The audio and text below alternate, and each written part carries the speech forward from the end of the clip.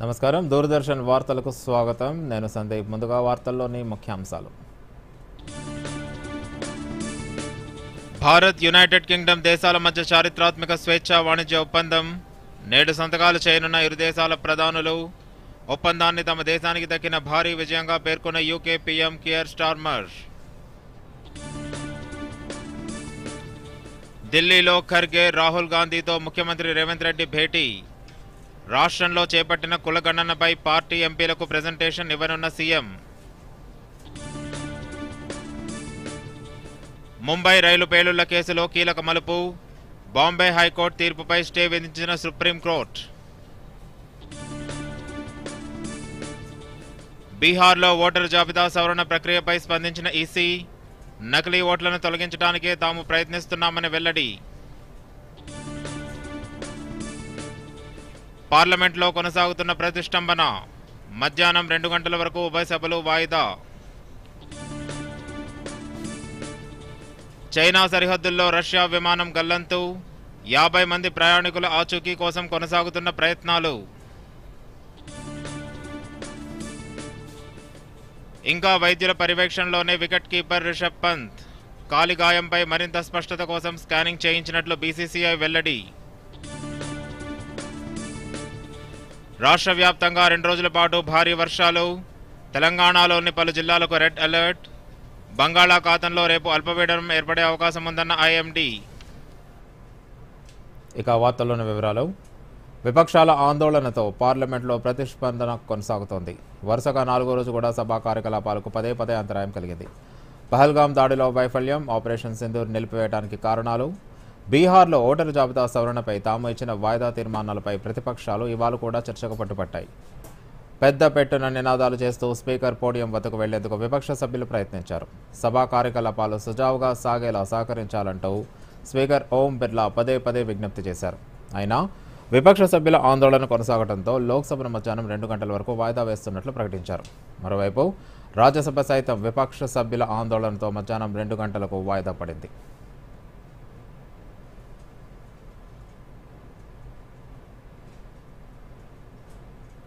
Bharat United Kingdom దేశాల మధ్య జరగనున్న చారిత్రాత్మక స్వేచ్ఛా వాణిజ్య ఒప్పందంపై యూకే ప్రధాని కీర్ స్టార్మర్ ఆసక్తికర వ్యాఖ్యలు చేశారు ఈ ఒప్పందం తమ దేశానికి దక్కిన భారీ విజయంగా స్టార్మర్ అభివర్ణించారు దీని ద్వారా వేలాది మందికి ఉపాధి లభిస్తుందని పేర్కొన్నారు వ్యాపారాలకు కొత్త దారులు తెరుచుకుంటాయని అభివృద్ధి సాధ్యమవుతుందని ఆశాభావం వ్యక్తం చేశారు ప్రస్తుతం యూకేలో పర్యటిస్తున్న ప్రధానమంత్రి నరేంద్ర మోదీ ఆ దేశ ప్రధానితో భేటీ కానున్నారు ఈ సందర్భంగా ఇరు దేశాల అధినేతలు స్వేచ్ఛా వాణిజ్య ఒప్పందంపై సంతకాలు చేయనున్నారు స్వేచ్ఛా వాణిజ్య ఒప్పందం అంశంపై ఇరు దేశాల మధ్య 3 ఏళ్లుగా చర్చలు జరుగుతున్నాయి బోరిస్ జాన్సన్ ప్రధానిగా ఉన్నప్పటి నుంచి ఇరు దేశాల మధ్య చర్చలు కొనసాగుతున్నాయి స్వేచ్ఛా మార్కెట్ వాణిజ్య ఆంక్షలు సడలించడం ద్వారా 2040 నాటికి ఇరు దేశాల వాణిజ్యాన్ని $25.5 బిలియన్ చేర్చడమే లక్ష్యంగా పలు దఫాలుగా చర్చలు జరిగాయి ఒప్పందంలో భాగంగా భారత్ నుంచి ఎగుమతయ్యే 99% ఉత్పత్తులకు జీరో టారిఫ్ వర్తిస్తుంది అలాగే యూకే నుంచి భారత్కు దిగుమతయ్యే విస్కీపై సుంకం 150% నుంచి 75%కి తగ్గనుంది నిర్దేశిత కోటా మేరకు ఆటోమొబైల్ దిగుమతుల సుంకం 100% నుంచి 10%కి తగ్గనుంది వీటితో పాటు వైద్య పరికరాలు అధునాతన మెషినరీ పరికరాలు చాక్లెట్లు బిస్కెట్లపై టారిఫ్లను భారత్ తగ్గించనుంది అలాగే సామాజిక భద్రత ఒప్పందంలో భాగంగా యూకేలో పనిచేసే భారతీయులు సోషల్ సెక్యూరిటీ ఫండ్స్ కింద రెట్టింపు చెల్లింపు చేయాల్సిన అవసరం తప్పుతుంది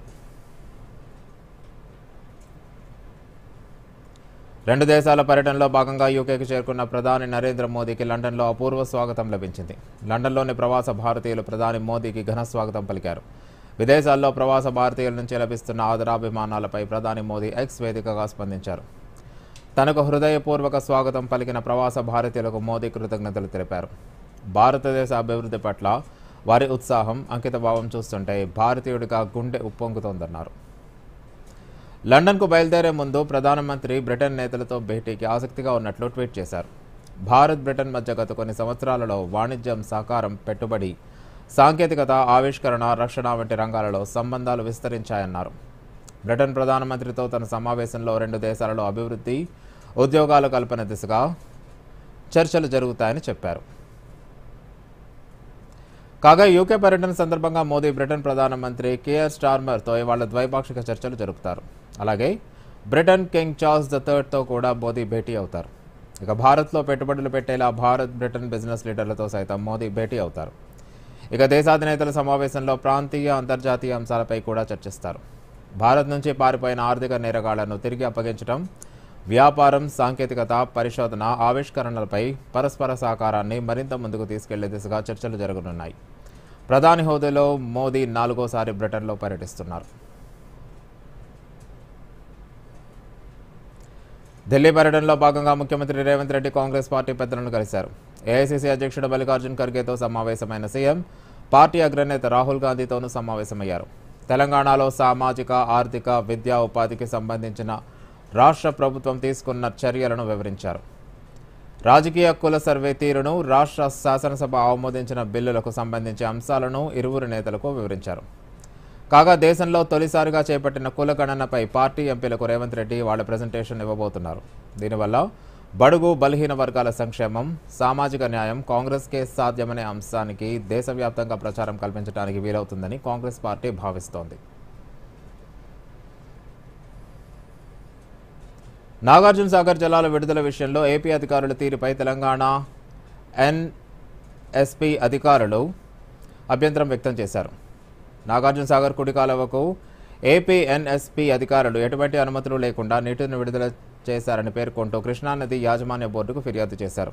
ఈ విషయమై నాగార్జున సాగర్ ప్రాజెక్టు ఎస్పీ మల్లికార్జునరావు మాట్లాడుతూ కుడి కాలువకు నీటి విడుదల సమయంలో ఏపీ అధికారులు కేఆర్ఎంబీ నుంచి ఎటువంటి అనుమతులు లేకుండా బుధవారం సాయంత్రం నీటిని విడుదల చేశారని, ఈ విజయంపై కేఆర్ఎంబీకి ఫిర్యాదు చేశామని తెలిపారు. కాగా కృష్ణానది యాజమాన్య బోర్డు ఆదేశాలతోనే కుడి కాలువ 3వ గేటు ద్వారా 500 క్యూసెక్కుల నీటిని విడుదల చేశామని ఏపీ అధికారులు చెబుతున్నారు. శ్రీశైలం జలాశయం నుంచి భారీగా వరద వస్తుందని, ప్రాజెక్టులో నీటి మట్టం క్రమంగా పెరుగుతున్నందునే నీటిని విడుదల చేసినట్లు ఏపీ అధికారులు చెబుతున్నారు.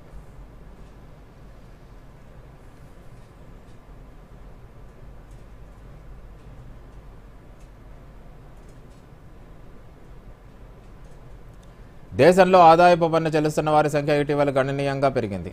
మరింత మందిని ఆదాయపు పన్ను పరిధిలోకి తెచ్చేందుకు కేంద్ర ప్రభుత్వం ప్రయత్నిస్తోంది. సకాలంలో ఆదాయపు పన్ను చెల్లించేలా ప్రోత్సహిస్తోంది. గడువులోగా ఆదాయపు పన్ను చెల్లించిన వారికి పలు ప్రోత్సాహకాలు కూడా అందజేస్తుంది. ఇవాళ ఆదాయపు పన్ను దినోత్సవం. ఈ నేపథ్యంలో ఇన్కమ్ ట్యాక్స్ డేపై దూరదర్శన్ యాదగిరి ప్రత్యేక కథనం. ఏ దేశ ఆదాయంలోనైనా పన్నులదే ప్రధాన వాటా. కొన్ని దేశాలు ఇందుకు మినహాయింపోయినప్పటికీ ఆ దేశాలు కూడా ఇప్పుడు పన్నుబాట పడుతున్నాయి. మిగతా పన్నులతో పోలిస్తే ఆదాయపు పన్ను ద్వారానే ఎక్కువ ఆదాయాన్ని సమకూర్చుకుంటున్నాయి. మన దేశంలో కూడా ఆదాయపు పన్ను చెల్లిస్తున్న వారి సంఖ్య ఏటా పెరుగుతోంది. దీంతో ఇన్కమ్ ట్యాక్స్ పై ప్రజల్లో అవగాహన కల్పించేందుకు భారత ప్రభుత్వం ఏటా జూలై 24న ఇన్కమ్ ట్యాక్స్ డే నిర్వహిస్తున్నారు. సర్ జేమ్స్ విల్సన్ భారత్లో 1860 జూలై 24న మొట్టమొదటిసారి ఆదాయపు పన్నును అమల్లోకి తెచ్చారు. 1857 తిరుగుబాటు సమయంలో బ్రిటిష్ పాలకులకు జరిగిన నష్టాలకు పరిహారం చెల్లించేందుకు ఈ ట్యాక్స్ను ప్రవేశపెట్టారు. 1922లో పన్ను వసూలును సమన్వయం చేయడానికి అధికారిక విధానం లేదా విభాగం స్థాపించడానికి ముందు వరకు ఈ ట్యాక్స్ చాలా సంవత్సరాల పాటు కొనసాగింది. తర్వాత 1939లో ఆదాయపు పన్ను చట్టాన్ని సవరించారు. నిర్మాణపరంగా 2 ప్రధాన మార్పులు చేశారు. అబిలేట్ విధులను అడ్మినిస్ట్రేటివ్ ఫంక్షన్ల నుంచి వేరు చేశారు.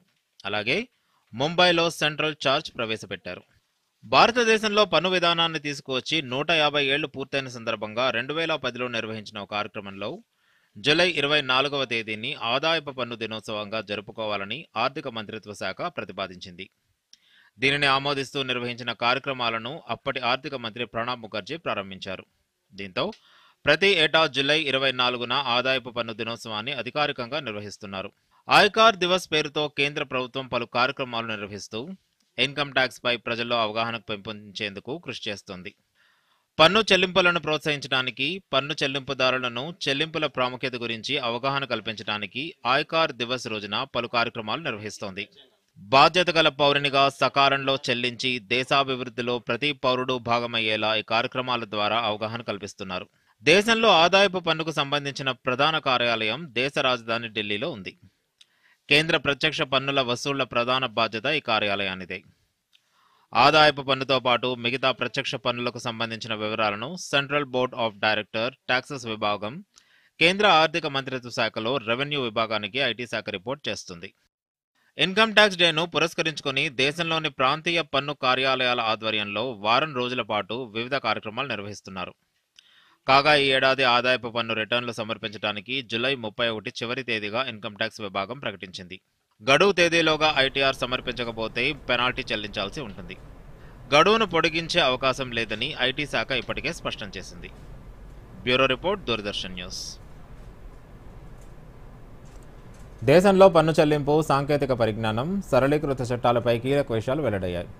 ఇవాళ ఆదాయపు పన్ను దినోత్సవం సందర్భంగా పీఐబీ విడుదల చేసిన నివేదికలో 2024-25 ఆర్థిక సంవత్సరంలో 9.19 కోట్ల ఆదాయపు పన్ను రిటర్నులు దాఖలయ్యాయని వెల్లడించింది. ఇది గత 5 ఏళ్లలో 36% పెరుగుదల సాధించి స్వచ్ఛంద పన్ను చెల్లింపు పెరిగినట్లు తెలిపింది. సాంకేతికత ఆధారంగా పన్ను చెల్లింపు సులభతరమైందని పీఐబీ పేర్కొంది. ఏఐఎస్ ద్వారా ముందుగా నింపిన రిటర్నులు, ప్రాజెక్ట్ ఇన్సైట్, ఫేస్లెస్ అసెస్మెంట్ల ద్వారా పన్ను చెల్లింపుదారులకు డిజిటల్ సౌకర్యాలను కల్పించారు. దీంతో పన్ను చెల్లింపుల్లో సులభతరం అయినట్లు పీఐబీ తన ప్రకటనలో తెలిపింది. కాగా 1961 చట్టం స్థానంలో నూతన ఆదాయపు పన్ను బిల్లు 2025ను తీసుకొచ్చేందుకు కేంద్ర ప్రభుత్వం సిద్ధమైంది. ఈ బిల్లు సరళమైన భాష, అస్పష్టతలను తొలగించడం ద్వారా పన్ను విధానాన్ని సులభతరం చేస్తుందని ప్రభుత్వం పేర్కొంటోంది. దేశ నిర్మాణంలో పన్నుల పాత్ర కీలకమని ఆదాయపు పన్ను శాఖ డైరెక్టర్ జనరల్ ఆనంద్ రాజశేఖర్ బైవర్ అన్నారు. పన్ను చెల్లింపుదారుల వల్ల దేశం అభివృద్ధి దిశలో పయనిస్తుందని తెలిపారు. ఆదాయపు పన్ను శాఖ 166వ వార్షికోత్సవం సందర్భంగా హైదరాబాద్ నెక్లెస్ రోడ్లో వాకథాన్ నిర్వహించారు. ఈ కార్యక్రమంలో పెద్ద సంఖ్యలో ప్రజలు పాల్గొన్నారు. ఈ సందర్భంగా నిర్వహించిన సభలో ఆనంద్ రాజశేఖర్ మాట్లాడుతూ పన్ను చెల్లింపుదారుల హక్కులకు పూర్తి మద్దతు ఇస్తామని తెలిపారు. పన్ను చెల్లింపుల వల్ల అభివృద్ధి కార్యక్రమాలు వేగంగా పూర్తవుతాయి చెప్పారు. పన్నుల సరళీకృతతో కొత్త పన్ను చెల్లింపుదారుల సంఖ్య పెరిగిందని ఆదాయపు పన్ను శాఖ చీఫ్ కమిషనర్ సురేష్ బతిని మాట్లాడుతూ సకాలంలో పన్నులు చెల్లిస్తే ఎలాంటి ఇబ్బందులు ఉండవన్నారు. అందరూ ఆరోగ్యంగా ఉండాలన్న ఉద్దేశంతో ఈ వాకథాన్ నిర్వహించామని తెలిపారు. వాకథాన్లో పాల్గొన్న డాక్టర్ హరిహరన్ మాట్లాడుతూ ఆరోగ్యంగా ఉండటానికి వ్యాయామం తప్పనిసరి అని, ప్రతి ఒక్కరూ ఆరోగ్య పరిరక్షణ కోసం కృషి చేయాలని సూచించారు.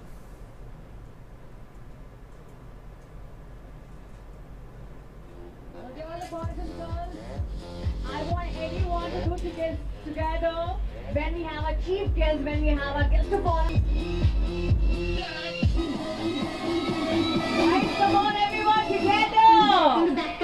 Amazing.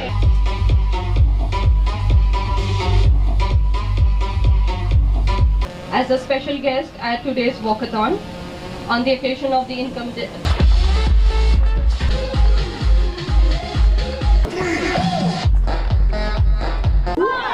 and we are participating in a walkathon to spread the message of importance of taxes, to thank the taxpayers for contributing towards the nation building process and spread awareness in general about taxes. You should enjoy the walk, enjoy the run. If you enjoy, then it is means it's pleasure to do that, which I keep doing. Means I am very proud of that than anything else. Of course, my tennis is with me. I am addicted to tennis. I also request all of you to pick up some game, some running, something, so that it motivates you other than other work or anything. అక్క చూడు, happy birthday రా. చూపించు. నా favourite colour. ఎప్పుడు షాపింగే. నాకు తెలుసమ్మా, ఖర్చు పెట్టే వయసు ఇదే మరి, రైట్? సేవింగ్ కి కూడా ఇదే వయసు. నాకు తెలుసు నాన్న. పొదుపు చేయండి, సరైన చోట పెట్టుబడి పెట్టండి. పెట్టుబడి డబ్బుపై వడ్డీ వస్తుంది. దాన్ని మళ్ళీ పెట్టుబడి పెట్టడం వల్ల వడ్డీ వస్తూనే ఉంటుంది. నాకు తెలుసు కదా. ఆర్బీఐ అంటుంది, చేయండి సరైన ఆరంభం, అవ్వండి ఫైనాన్షియలీ స్మార్ట్.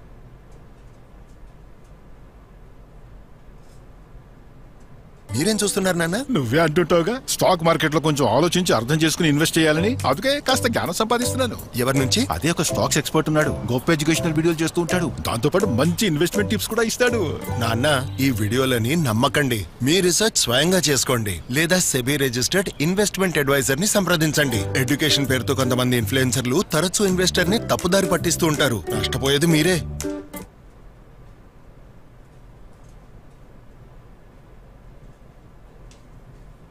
వార్తలకు తిరిగి స్వాగతం. భద్రాద్రి కొత్తగూడెం జిల్లాలోని పలు విద్యాసంస్థలు, గురుకుల వసతి గృహాల్లో విద్యాశాఖ కార్యదర్శి, సీనియర్ ఐఏఎస్ అధికారి యోగితా రాణా ఆకస్మిక తనిఖీలు చేపట్టారు. బోర్గంపాడు మండలంలోని తెలంగాణ ప్రభుత్వ గిరిజన బాలికల వసతి గృహాన్ని సాయంత్రం సందర్శించారు. అక్కడ విద్యార్థులతో ముచ్చటించి విద్యా ఉద్యోగ రంగాల్లో ఉన్నత శిఖరాలు అధిరోహించేందుకు ప్రణాళికాబద్ధంగా కృషి చేయాలని సూచించారు. ఉత్తమ ఫలితాలు సాధించిన విద్యార్థులకు బహుమతులు అందించారు. అనంతరం గురుకుల వసతి గృహం, కస్తూర్బా పాఠశాలలోని తరగతి గదులు, పరిసరాలు, వంటగదులు, AI కంప్యూటర్ విద్యా విజ్ఞానాన్ని పరిశీలించారు. జిల్లా కలెక్టర్ జితేష్ వి పాటిల్, ITDA PO రాహుల్ ఇతర విద్యాశాఖ అధికారులతో కలిసి వసతి గృహంలో రాత్రి భోజనం చేసి కస్తూర్బా పాఠశాలలో బస చేశారు. అనంతరం దూరదర్శన్ యాదగిరితో యోగిత రాణా మాట్లాడుతూ ఈ పాఠశాల విద్యార్థులు ఉన్నత స్థానాల్లో ఉండాలని, గొప్ప విజయాలు సాధించాలని ఆకాంక్షించారు. గురుకుల విద్యార్థి రమ్య మాట్లాడుతూ యోగిత రాణా వంటి అధికారుల సందర్శన, సలహాలు తమకు ఎంతో ప్రోత్సాహాన్ని వెన్నుదన్నుగా ఉంటాయని, ఎన్నో విషయాలు నేర్చుకున్నామని తెలిపారు. చిన్నపిల్లలు ఏం చెప్పారు, చిన్నపిల్లలకి ఆదర్శంగా తీసుకొని ముందుకు తీసుకువెళ్ళాలి. మార్చేసి నేను జువాలజీ గురుకులం నుంచి ఆ పాప ఇప్పుడు అక్కడ వెళ్ళిపోయింది. అక్కడ కలెక్టర్ గా పని చేస్తున్నారు, అక్కడ జాయింట్ కలెక్టర్ గా పని చేస్తున్నారు, అక్కడ లెక్చరర్ గా ఉన్నారు, అక్కడ ఇంజనీర్ గా ఉన్నారు, అక్కడ డాక్టర్ గా ఉన్నారు. చేద్దామా? సో మనందరి దగ్గర పరిస్థితి ఒక్కటే. సో దయచేసి మీరు జస్ట్ దృష్టి ఎక్కడ పెట్టాలి అంటే ఎడ్యుకేషన్ మీద ఉండాలి, ఇంకా ఏం లేదు.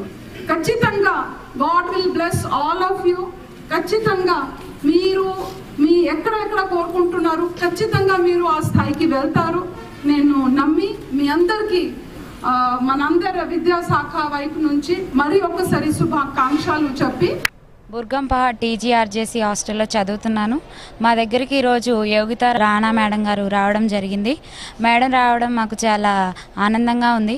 ఎందుకంటే అంత గొప్ప వ్యక్తి మా స్కూల్కి వచ్చి మా స్కూల్ని విజిట్ చేసి మా ప్రాబ్లమ్స్ అన్నీ తెలుసుకొని మమ్మల్ని మోటివేట్ చేసి ఇలా చేస్తున్నందుకు మాకు చాలా ఆనందంగా ఉంది.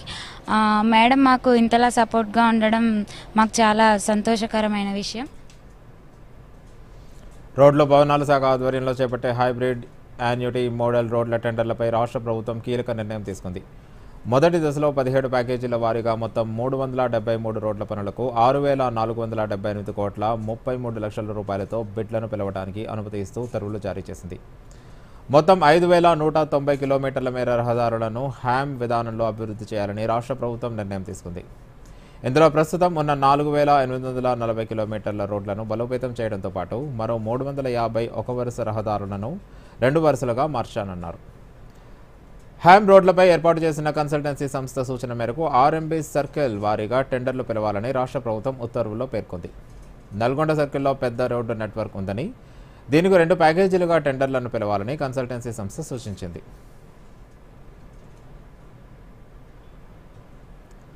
మంత్రి సీతక్క నాంపల్లిలోని ప్రజాప్రతినిధుల కోర్టుకు హాజరయ్యారు. కోవిడ్ను ఆరోగ్యశ్రీలో చేర్చాలంటూ 2021లో ఇందిరా పార్క్ వద్ద సీతక్క దీక్ష చేపట్టారు. దీంతో అప్పటి ప్రభుత్వం సీతక్కతో పాటు ఎమ్మెల్సీ బాల్మూరి వెంకట్పై కేసు నమోదు చేసింది. ఈ కేసు విచారణలో భాగంగా ఆమె ప్రజాప్రతినిధుల కోర్టుకు హాజరయ్యారు. కేసును విచారించిన న్యాయస్థానం విచారణను ఆగస్టు 13కి వాయిదా వేసింది. విచారణ అనంతరం కోర్టు బయట సీతక్క మాట్లాడుతూ కరోనా సమయంలో పేదల కోసమే తాను దీక్ష చేపట్టానన్నారు.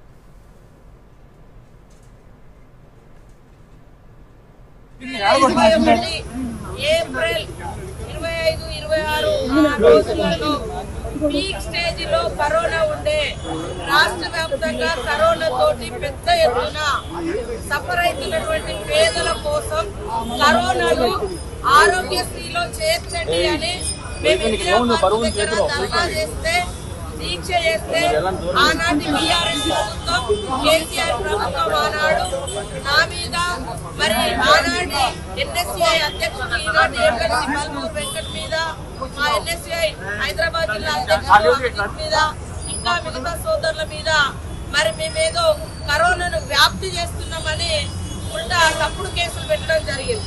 దానికోసం ఈ రోజు అటెండ్ అవ్వడం జరిగింది. పెద్దపల్లి జిల్లా మంతని మండలం సూరయ్యపల్లి గ్రామంలోని రైతు వేదికలో నానో యూరియాపై రైతులకు అవగాహన కల్పించేందుకు సదస్సు నిర్వహించారు. ఈ సందర్భంగా agricultural assistant director Anjani Mishra మాట్లాడుతూ నానో యూరియా వాడకం వల్ల రైతులకు ఎన్నో ప్రయోజనాలు చేకూరుతాయని తెలిపారు. 50 కిలోల యూరియా బస్తాకు బదులు ఒక బాటిల్ నానో యూరియా సరిపోతుందని, ఇది సాధారణ యూరియా కంటే ఎక్కువ పోషకాలను పంటలకు అందిస్తుందని పేర్కొన్నారు. జిల్లా వ్యవసాయ అధికారి శ్రీనివాస్ మాట్లాడుతూ నానో యూరియా వినియోగం సులభమని 50 కిలోల యూరియా బస్తాలను ఎడ్ల బండ్లు, ట్రాక్టర్లు, ఆటోలలో తీసుకెళ్లే శ్రమ తప్పుతుందని చెప్పారు. నానో యూరియా బాటిల్ను జేబులో పెట్టుకుని తీసుకెళ్లొచ్చని, దీనిని లీటరు నీటిలో 2 నుంచి 4 మిల్లీలీటర్ల నానో యూరియా కలిపి స్ప్రేయర్తో పంటలపై పిచికారీ చేయవచ్చని తెలిపారు. ఇలా చేయడం వల్ల పంట, నేల ఆరోగ్యం మెరుగుపడటమే కాక నీటి నాణ్యత కూడా మెరుగుపడుతుందని తెలిపారు. ప్రస్తుతం ఉన్న సిచ్యువేషన్లో అంటే ప్రస్తుతం ఉన్న దాంట్లో మనకి యూరియా పైన అందరికీ ఒక అభద్రతా భావం అనేది వచ్చింది. మన మేడ్ ఇన్ ఇండియా కంపెనీ కాబట్టి నానో అనే యూరియాని తీసుకురావడం జరిగింది. ఈ యూరియా ఏంటి అని అంటే మనం పై పాటుగా వేసుకోవడానికి చాలా బ్రహ్మాండంగా పనిచేస్తుంది. మనం మొదటి దఫాలో వేసేటప్పుడు ఒక బస్తా యూరియా వేసేసి తర్వాత రెండో దఫాలో మనం వేయాలనుకున్నప్పుడు పై పాటుగా నానో యూరియాని వేసేసుకుంటే బ్రహ్మాండంగా పనిచేస్తుంది. అది మన ఆకుల రంధ్రాల నుంచి కింది వరకు వెళ్తుంది. వెళ్ళేసి మొక్కకి ఎంత పోషకం లభించాలో అంత పోషకాలని అది అందజేస్తుంది. కాబట్టి మనం నానో యూరియాని వాడుకోవడంలో చాలా బెనిఫిట్ ఉంది. ఏఈఓలకు, వ్యవసాయ అధికారులకు అవగాహన సదస్సు నిర్వహిస్తున్నాము. ఈ నానో యూరియా వల్ల లాభం ఏంటంటే మనకు ఈ నేల కానీ భూమి కానీ కలుషితం కాదు. పాత యూరియా బస్తాల రూపకంగా వేసిన దాంట్లో 30% మనకు పనితనం ఉంటుంది. అదే నానో యూరియా వాడితే 80% పనితనం ఉంటుంది. రైతు సోదరులందరూ పాత యూరియా బస్తాలు వాడకం మర్చిపోయి మానేసి ఈ కొత్త యూరియా నానో టెక్నాలజీ సంబంధించిన యూరియా వాడి అధిక దిగుబడి పొందవచ్చు. హైదరాబాద్లో నిన్న రాత్రి భారీ వర్షం కురిసింది. పలు ప్రాంతాల్లో వర్షం దంచుకొట్టింది. కేపీహెచ్బీ, గాజుల రామారం, మహదేవపురం, జగద్గిరిగుట్ట తదితర ప్రాంతాల్లో భారీ వర్షం కురిసింది. మరోవైపు మియాపూర్, పటాన్చెరు, అల్వాల్, సికింద్రాబాద్, మల్కాజ్గిరి, ఖైరతాబాద్, అమీర్పేట్, బేగంపేట, ఉప్పల్ ప్రాంతాల్లోనూ వర్షం కురిసింది. ఇవాళ కూడా నగరంలోని పలు ప్రాంతాల్లో భారీ నుంచి అతి భారీ వర్షాలు కురిసే అవకాశం ఉందన్న వాతావరణ శాఖ హెచ్చరికల నేపథ్యంలో ప్రభుత్వ యంత్రాంగం అప్రమత్తమైంది. ముందు జాగ్రత్త చర్యలు చేపట్టింది.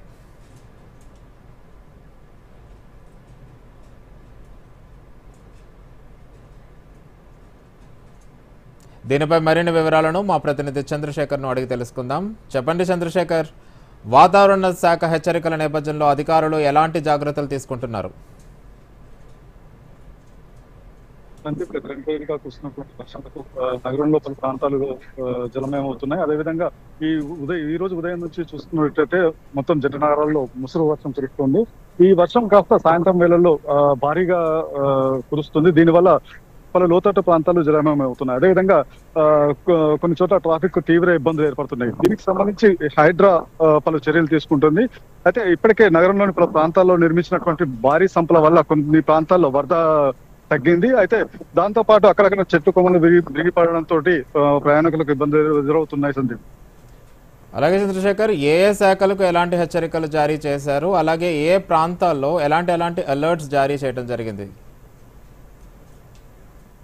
ఇప్పటికే వాతావరణ శాఖ గత 2 రోజులతో పాటు భారీ వర్షాలు కురిసే అవకాశం ఉందని స్పష్టమైనటువంటి సమాచారం అందించింది. ఈ నేపథ్యంలో హైదరాబాద్ సహా ఆర్ఎండ్బి, అదేవిధంగా జిహెచ్ఎంసి, అదేవిధంగా జలమండలి శాఖలను ప్రభుత్వం అప్రమత్తం చేసింది. అయితే రాత్రి వేళల్లో భారీగా వర్షం కురుస్తుండటంతో పాటు అక్కడ కరెంట్ ఇబ్బందులు కూడా తీవ్రంగా ఎదురవుతున్నాయి. అదేవిధంగా పలు చోట్ల చెట్ల కొమ్మలు పడడం వల్ల కూడా రాకపోకలకు ఇబ్బందులు ఎదురవుతున్నాయి. అయితే ఇప్పటికే ఎగువన కురుస్తున్న వర్షాలతోటి జంట జలాశయాలకు భారీగా వరద వస్తుంది. అదేవిధంగా హుస్సేన్ సాగర్ లో కూడా భారీగా వరద వచ్చి చేరుతుంది. అయితే కొన్ని ప్రాంతాలు మనం కనుక చూసినట్టయితే మూసీ నది పరివాహక ప్రాంతం నుంచి లోతట్టు ప్రాంతాల్లో ఉన్నటువంటి ప్రజలను సురక్షిత ప్రాంతాలకు తరలించారు. కొన్ని ప్రాంతాలు పూర్తిగా జలమయమయ్యాయి. అయితే లంగారోజ్, అదేవిధంగా అంబర్పేట్, గోల్నాక కొన్ని ప్రాంతాల్లో ఇళ్లలోకి నీరు చేరడంతో అధికారులు వారిని అక్కడి నుంచి తరలించారు. సందీప్, అలాగే చంద్రశేఖర్, మరి రాత్రి సాధారణంగా చూస్తే ఈ వారం రోజుల నుంచి రాత్రులు ఎక్కువగా వాన పడుతుంది. లోతట్టు ప్రాంతాల్లో ఎలాంటి ముందు జాగ్రత్త చర్యలు తీసుకుంటున్నారు? ఈ పడవలు కూడా అరేంజ్ చేస్తున్నారు అని వార్తలు వస్తున్నాయి. దాని మీద మీకున్న సమాచారం ఏంటి? సందీప్, రాత్రి వేళల్లో భారీ వర్షపాతం నమోదవుతున్న నేపథ్యంలో అధికారులు ప్రత్యేక బృందాలను ఏర్పాటు చేశారు. కొన్ని ప్రాంతాలు అంటే లోతట్టు ప్రాంతాలు ఉదాహరణ మనం చెప్పుకున్నట్టయితే లంగరోజ్, గోలిచంకి, బస్లాన్సర్ ఈ ప్రాంతాల్లో అక్కడ మూసీ ప్రవాహం వల్ల ఇండలో నీరు చేరుతుంది. అదేవిధంగా రహదారుల మీద కూడా ఫుల్గా వాటర్ వస్తుంది. ఈ ప్రాంతాల్లో ప్రజల్ని తరలించేందుకు అక్కడక్కడ కొన్ని చోట్ల పడవలు ఉపయోగిస్తున్నారు. అయితే రాత్రి వేళల్లో ఎలాంటి ఇబ్బందులు ఎదురవ్వకుండా గస్తీ బృందాలను తిప్పుతున్నారు సందీప్. Thank you Chandrasekhar. రష్యాలోని అంగారా ఎయిర్లైన్స్కు చెందిన ప్రయాణికుల విమానం అదృశ్యమైంది. రష్యాకు తూర్పున ఉన్న చైనా సరిహద్దుల్లో ఈ విమానం కనిపించకుండా పోయింది. గల్లంతైన విమానంలో 50 మంది ప్రయాణికులతో పాటు సిబ్బంది ఉన్నారు. చైనా అమూర్ ప్రాంతంలోని టిండా ప్రాంతానికి వెళ్తుండగా ఈ విమానం గల్లంతైంది. గమ్యస్థానానికి మరికొద్ది సేపట్లో చేరుతుంది అనగా ఎయిర్ ట్రాఫిక్ కంట్రోల్స్తో సంబంధాలు తెగిపోయినట్లు అధికారులు తెలిపారు. గల్లంతైన విమానం ఆచూకీ కోసం ప్రయత్నిస్తున్నారు.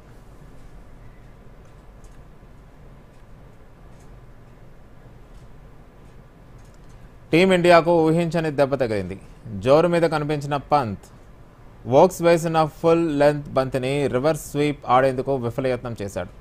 ఇంగ్లాండ్ ఎల్బీకి అపీల్ చేసింది. ఎంపైర్ నిరాకరించడంతో సమీక్షకు వెళ్ళింది. సమీక్షతో అతడి బ్యాట్కు బంతి తాకిందని తేలింది. అయితే బ్యాట్కు తగిలిన తర్వాత బంతి పంత్ కుడి పాదానికి బలంగా తాకడంతో గాయమైంది. పాదం బాగా వాయడంతో పాటు రక్తం కారుతూ కనిపించింది. దీంతో పంత్ రిటైర్డ్ హర్ట్ వెనుదిరిగాడు. అతడు నడవలేకపోవడంతో గోల్ కార్డ్స్తో పెవిలియన్కు తీసుకెళ్లారు. దీనిపై బీసీసీఐ అప్డేట్ ఇచ్చింది. అతడిని స్కానింగ్ నిమిత్తం పంపినట్లు వెల్లడించింది. బీసీసీఐ వైద్య బృందం నిరంతరం పరిస్థితిని సమీక్షిస్తుందని తెలిపింది. యాదాద్రి భువనగిరి జిల్లాలో అభివృద్ధి సంక్షేమ కార్యక్రమాలు వేగం పుంజుకుంటున్నాయి.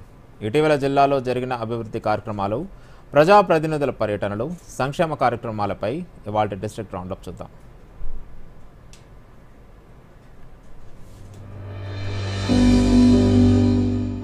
తెలంగాణ రాష్ట్రంలో ఎక్కడ ఏ ఉపద్రవం ఎదురైనా ఎదుర్కోవడానికి, ప్రాణ నష్టం నివారించడానికి ఉపయోగపడే భీష్మ క్యూబ్ పరికరాలను భారత ప్రభుత్వం బీబీ నగర్లోని ఎయిమ్స్కు అందించింది. ఈ నేపథ్యంలో ఈ పరికరాల వినియోగంపై అవగాహన కల్పించేందుకు డాక్టర్లకు, నర్సింగ్ ఆఫీసర్లకు శిక్షణా కార్యక్రమం నిర్వహించారు. ఈ సందర్భంగా air force retired vice air marshal Tanmay Roy మాట్లాడుతూ, ఈ పరికరాల సాయంతో అత్యవసర సమయాల్లో కేవలం 30 నిమిషాల వ్యవధిలో తాత్కాలికంగా 200 పడకల ఆసుపత్రిని సిద్ధం చేయవచ్చని అధికారులు తెలిపారు. రోడ్డు మార్గం ద్వారా చేరుకోలేని ప్రాంతాలకు సైతం ఈ పరికరాలను హెలికాప్టర్లో పంపొచ్చన్నారు. యుక్రెయిన్కు యుద్ధ సమయంలో భారత్ ఇదే తరహాలో సాయం చేసిందన్నారు. యాదాద్రి భువనగిరి జిల్లాలో లింగ నిర్ధారణ పరీక్షలు, భ్రూణ హత్య ఘటనలు వెలుగుచూడటంతో ఎస్ఓటీ పోలీసులు ఆకస్మిక దాడులు చేసి నిందితులను రెడ్ హ్యాండెడ్గా పట్టుకున్నారు. ల్యాబ్ నిర్వాహకుడిని కూడా అదుపులోకి తీసుకున్నారు. జిల్లాల్లో చోటు చేసుకుంటున్న ఈ ఘటనపై మానవ హక్కుల సంఘం స్పందించింది. విచారణ జరిపి నివేదికను ఇవ్వాలని జిల్లా వైద్యాధికారిని ఆదేశించింది. మేడ్చల్ మల్కాజిగిరి జిల్లా గట్కేసర్ నుంచి యాదాద్రి భువనగిరి జిల్లా యాదాద్రి రైల్వే స్టేషన్ వరకు 33 కిలోమీటర్ల రైల్వే లైన్ను సంబంధించిన పనులను వేగవంతం చేయడానికి కేంద్ర రైల్వే శాఖ ఆమోదం తెలపడంతో తొలి విడతగా 100 కోట్ల రూపాయల నిధులు విడుదలయ్యాయి. పూర్తిగా కేంద్ర ప్రభుత్వ నిధులతో అభివృద్ధి చేస్తున్న ఈ మార్గంలో బీబీ నగర్ నుంచి యాదాద్రి రైల్వే స్టేషన్ వరకు ప్రత్యేకంగా ఒక ట్రాక్ను ఏర్పాటు చేస్తున్నారు. దీనివల్ల యాదాద్రికి వచ్చే భక్తులకు సమయంతో పాటు డబ్బు కూడా ఆదవుతుంది. ఇందిరా మహిళా శక్తి సంబరాలు యాదాద్రి భువనగిరి జిల్లా కేంద్రంలో ఘనంగా నిర్వహించారు. ముఖ్య అతిథిగా పాల్గొన్న ఎమ్మెల్యే అనిల్ కుమార్ రెడ్డి జ్యోతి ప్రజ్వలన చేసి జిల్లాలో 14,848 మహిళా సంఘాలకు 651 కోట్ల రుణాలను అందజేశారు. అలాగే స్వయం సహాయ సంఘాలకు చెందిన 2 మహిళలు మృతి చెందడంతో వారి కుటుంబ సభ్యులకు ప్రమాద బీమా అందజేశారు. ప్రతి మహిళను కోటీశ్వరురాలని చేయటమే రాష్ట్ర ప్రభుత్వ లక్ష్యమని భువనగిరి ఎమ్మెల్యే కంబం అనిల్ కుమార్ రెడ్డి పేర్కొన్నారు. ఆగస్టు 7 జాతీయ చేనేత దినోత్సవాన్ని పురస్కరించుకొని కేంద్ర ప్రభుత్వం ప్రతిష్టాత్మకంగా అందజేస్తున్న జాతీయ అవార్డులకు యాదాద్రి భువనగిరి జిల్లా పుట్టపాక గ్రామానికి చెందిన 2కి వరించాయి. గూడ పవన్ యంగ్ అచీవర్ అవార్డుకు ఎంపిక కాగా, వస్త్రాల వ్యాపారంలో మార్కెటింగ్ ప్రతిభకు గాను గజం నర్మదా కూడా జాతీయ అవార్డుకు ఎంపికయ్యారు. ఢిల్లీలో ఆగస్టు 7న జరిగే జాతీయ చేనేత దినోత్సవాల్లో వీరిద్దరూ రాష్ట్రపతి చేతుల మీదుగా అవార్డులను అందుకుంటారు. యాదాద్రి భువనగిరి జిల్లా ఇన్ఛార్జ్ మంత్రి అడ్లూరి లక్ష్మణ్ ఆలేరు నియోజకవర్గం సైదాపురం గ్రామంలో ఇందిరమ్మ ఇళ్ల గృహప్రవేశ కార్యక్రమంలో పాల్గొన్నారు. ఇదే స్ఫూర్తితో ఆలేరు నియోజకవర్గంలో 3,500 ఇళ్లను త్వరితగతిన పూర్తి చేయాలని మంత్రి అడ్లూరి లక్ష్మణ్ పిలుపునిచ్చారు. దూరదర్శన్ యాదగిరి వార్తలను ఇప్పుడు సోషల్ మీడియాలో కూడా చూడొచ్చు. యూట్యూబ్ అయితే డిడి న్యూస్ తెలంగాణ, ఎక్స్ వేదికగా అయితే DD news Telangana @DD Yadagiri news, Facebook అయితే డిడి న్యూస్ తెలంగాణలో చూసి సబ్స్క్రైబ్ చేసి లైక్ చేయండి, షేర్ చేయండి.